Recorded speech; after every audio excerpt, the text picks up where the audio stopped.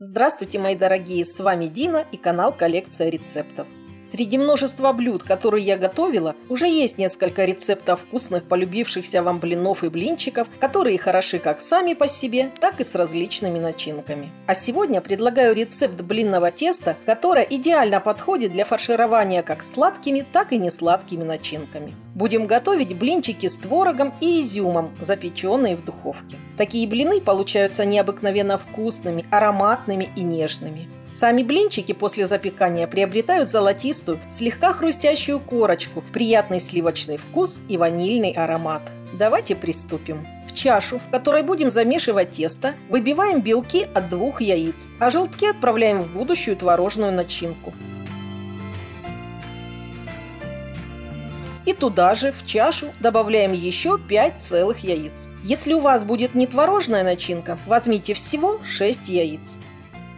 Всыпаем соль, сахар и хорошо размешиваем венчиком. А для несладкой начинки сахар в тесто совсем не добавляйте. Вливаем примерно 1/3 часть молока и всыпаем предварительно просеянную муку. Как следует перетираем тесто венчиком до тех пор, пока масса не станет гладкая, однородная и без комочков. Затем оставшимся молоком разводим полученное густое тесто и еще раз перемешиваем. Вместо молока готовить такое тесто можно, используя холодную кипяченую воду или молоко пополам с водой. Поскольку мука у всех разная, тесто может быть густоватым, поэтому, возможно, вам понадобится чуть больше молока или воды. Хочу заметить, что чем жиже будет тесто, тем тоньше в итоге получатся блинчики. В конце вливаем растительное масло, перемешиваем. И тесто готово. Приступаем к выпеканию блинов. Устанавливаем сковороды на плиту, хорошо их разогреваем, а затем слегка убавляем нагрев, чтобы блинчики не горели. Смазываем сковороды перед выпеканием каждого блинчика.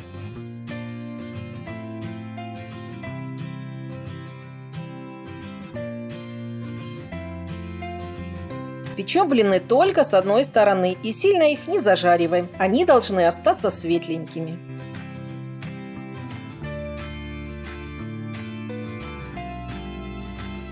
Как только вы налили тесто в сковороду и на поверхности блинчика не осталось сырого теста, он готов. Снимаем его со сковороды. Такие блинчики пекутся очень быстро, особенно если вы будете готовить их на 2 сковородках одновременно. Из этого количества теста у меня получилось 25 блинов диаметром 20-22 сантиметра. И чтобы их обжарить, я затратила всего 13 минут.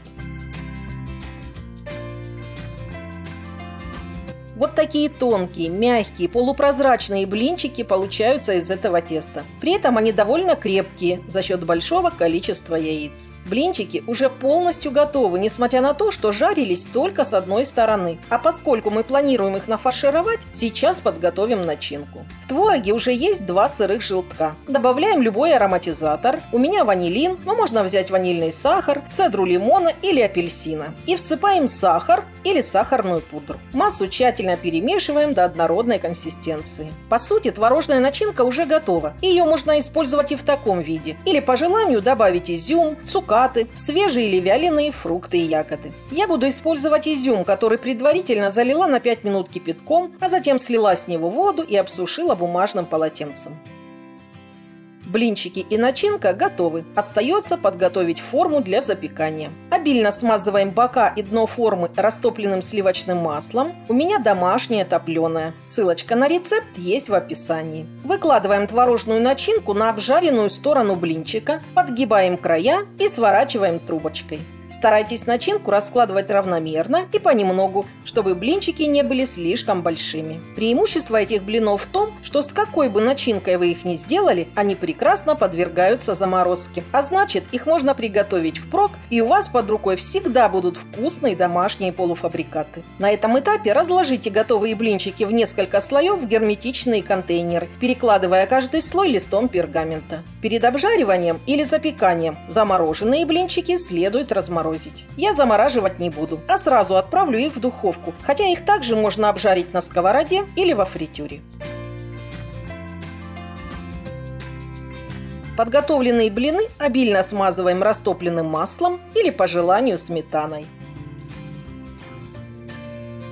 Если ваши блинчики будут со сладкой начинкой, то дополнительно их можно присыпать сахаром, что я и сделаю. Во время запекания сахар карамелизуется, образуя вкусную и красивую карамельную корочку. Подготовленную форму с блинами отправляем в заранее разогретую до 180 градусов духовку и запекаем 40 минут до золотистого цвета. В итоге вот такие красивые румяные блинчики с творожно-ванильной начинкой у нас получились. Блины с творогом любят многие. Это, пожалуй, одна из самых популярных начинок для блинчиков. Их можно подавать с фруктовыми, ягодными, шоколадными соусами, со сгущенкой или сметаной, как в качестве самостоятельного блюда, так и в виде десерта или перекуса. Также это отличная идея для завтрака, особенно если нафаршировать блинчики с вечера и убрать в холодильник, а на утро останется лишь обжарить их или отправить в духовку. И ваш вкусный завтрак готов.